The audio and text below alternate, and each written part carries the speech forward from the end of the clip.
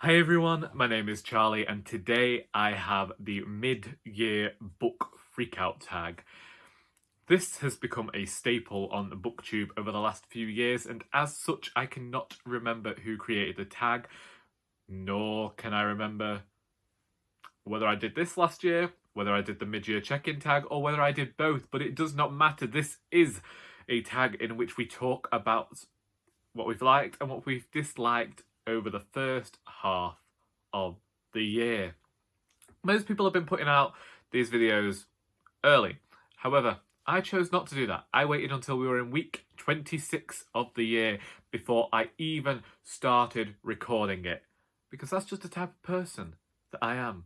Without further ado, I suppose we should get started with our 13 questions. The first one of these is the best book that I have read so far in 2020. For me, this has to be The Eighth Life by Nino Haratischvili, a book that I liked so much when I got it from the library that I ended up purchasing my own copy.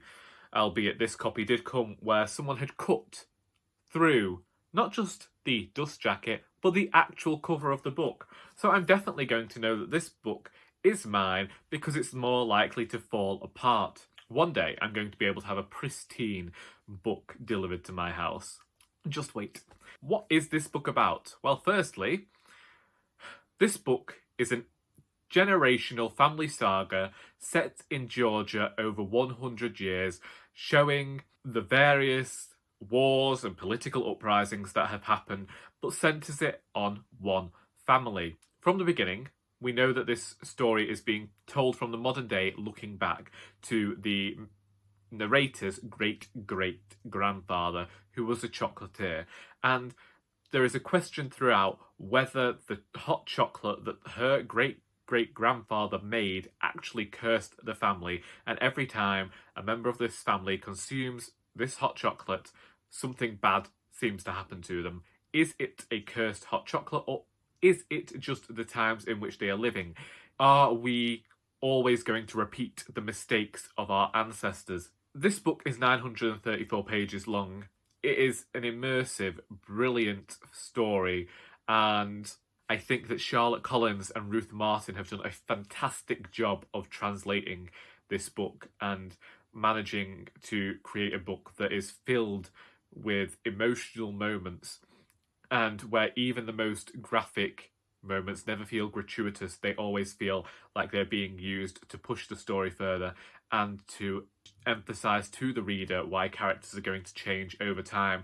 You are going to meet children who grow up to become antagonists and people you don't recognize anymore, and I think that that is a great feat of this novel. I really want more people not to be put off by the length of this book. Do what I did, read it over a longer space of time, separate the book into each section and then read each section, because you are going to find something truly superb within this novel. Next, we have best sequel you've read so far in 2020, Queenslayer by Sebastien de Castell. This is the fifth book in the Spellslinger series, and as such I cannot say more about it than it still follows the character of Callan. So Callan agrees to murder a queen, and then happens to realise that this 11-year-old queen is a lot more intelligent and aware of the political machinations of the world in which they are living. In this penultimate book of the series, I am beginning to realise the cogs that have been whirring within the story since the first book, Spellslinger, and I only have Crownbreaker to read now. As the series has gone on, I have ended up enjoying each subsequent book a bit more.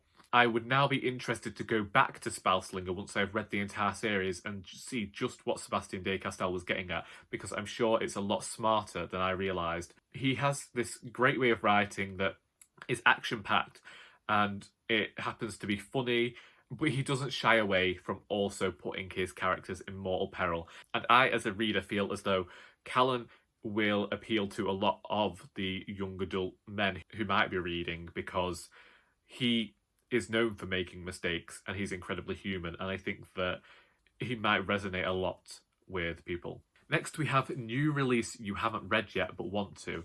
And for me, that is a recent purchase, and that is Rainbow Milk by Paul Mendez. I believe that this book has one story in the 1950s before going to the year 2000. I've only read about 3 pages so far, in which in the 1950s Norman is going blind and has decided to keep his garden full of plants because people have been complaining about the scent of the food coming from his home.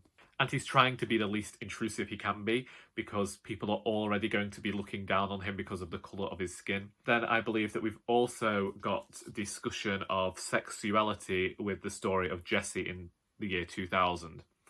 I can't say more than that because I don't know more about this book, but it is one that I still plan on getting to in this final week of June. Next we have most anticipated release for the second half of the year, and for me that is Legendborn by Tracy Deonn.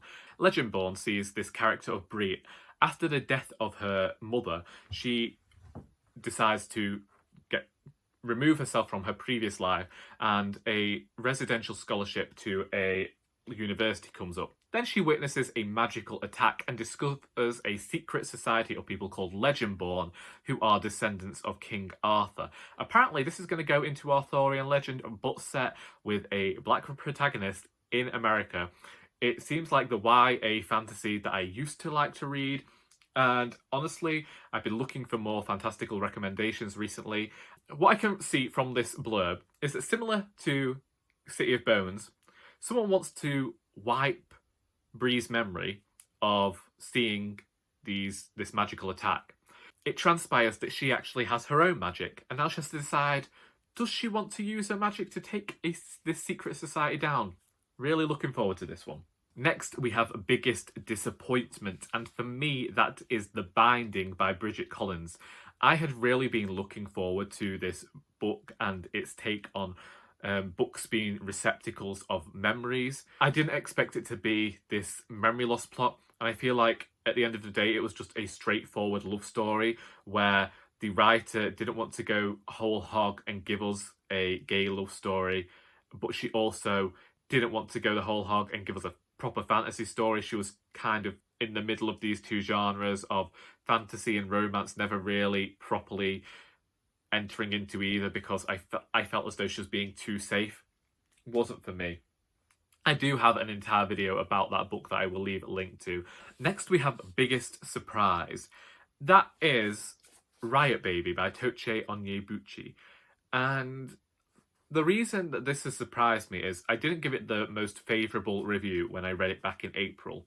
I felt as though it was incredibly quick and it was a flash in the pan of a story. However, since I read the book, I have had moments where I've just been thinking about what this book was saying and how much it spoke to what's going on in the world at the moment.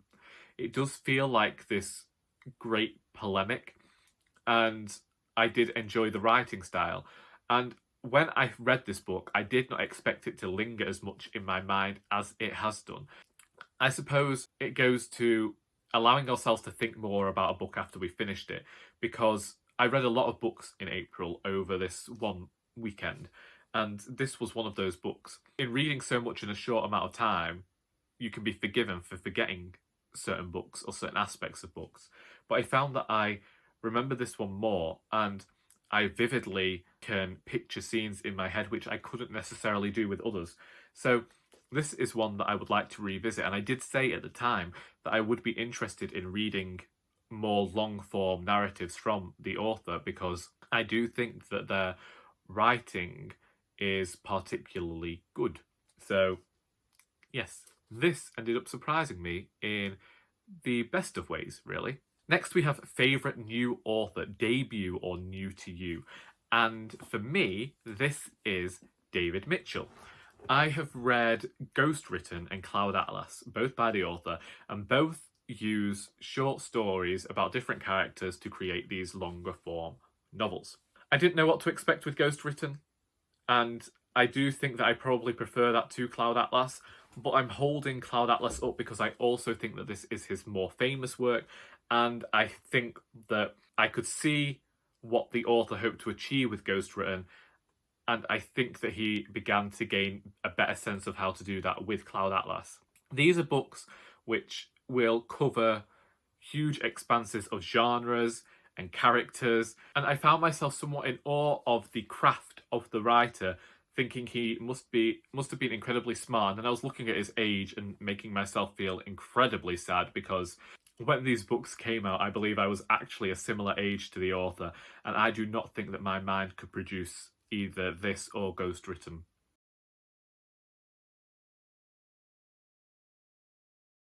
I am really looking forward to reading more from this writer, because what I have read so far have been brilliant.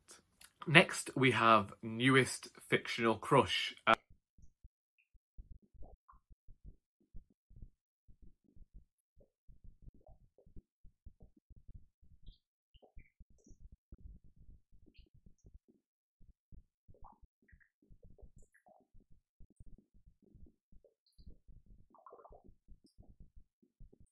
Next, we have newest favourite character, and for me, that is Mahoney from himself. This is a character who was written to be incredibly charismatic. I know exactly what Jess Kidd was getting at when she created this character.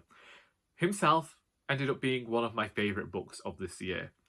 I have now read every single book that Jess Kidd has written. I adore her writing, and himself is a spectacular debut that blends mystery and blends magic and religion and ghosts all into this one story, and is fantastic.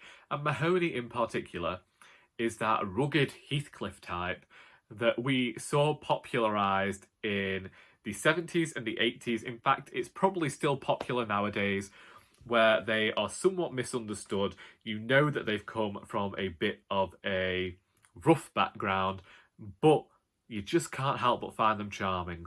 Anyway, a book that made you cry. I am following Steve Donahue's example here and talking about a book that had more of a strong emotional impact. So, for a book that had a strong emotional impact, I'm going for Ghost Wall by Sarah Moss. I mentioned this book because I had to read it for the BookTube prize. It went to the top of my list in the first round, despite dropping out.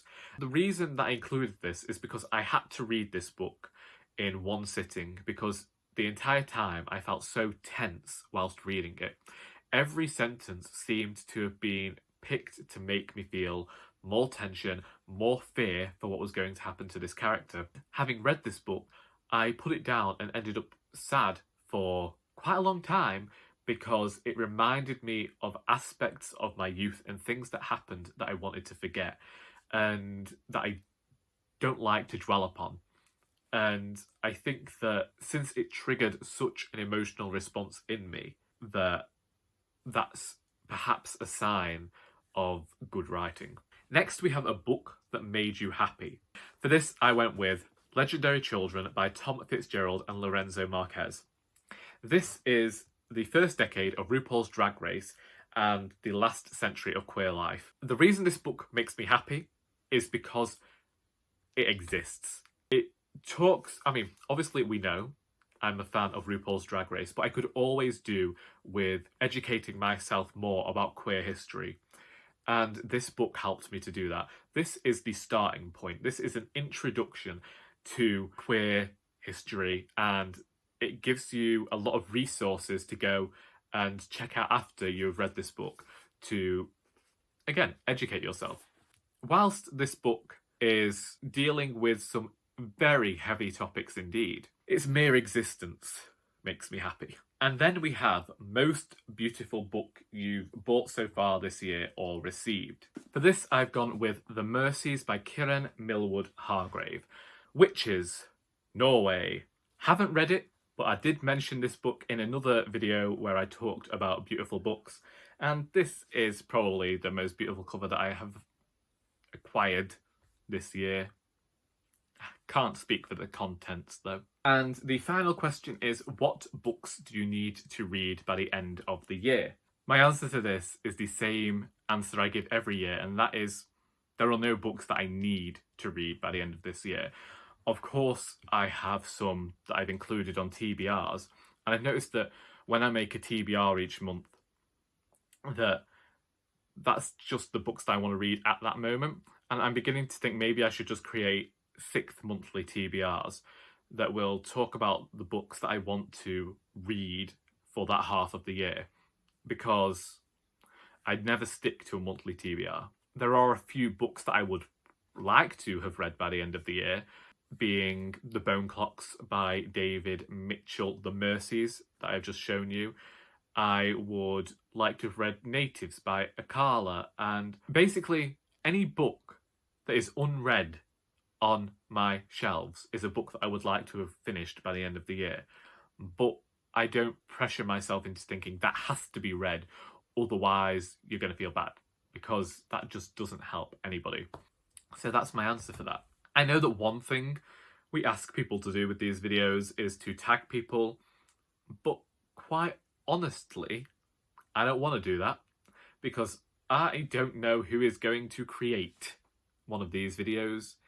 And so if you want to do this tag and you'd like to say you were tagged by somebody, you can say that you were tagged by me. If you have a rendition of this video already available and I haven't watched it yet, and you want me to watch it, and you want that comment, let me know. If you've read any of these books and would like to discuss them, please feel free to do so in the comments. I hope that you got something out of this video besides sheer boredom. And if you got bored, let me know that as well. You know, I know what type of masochist you are. And until next time, that is all.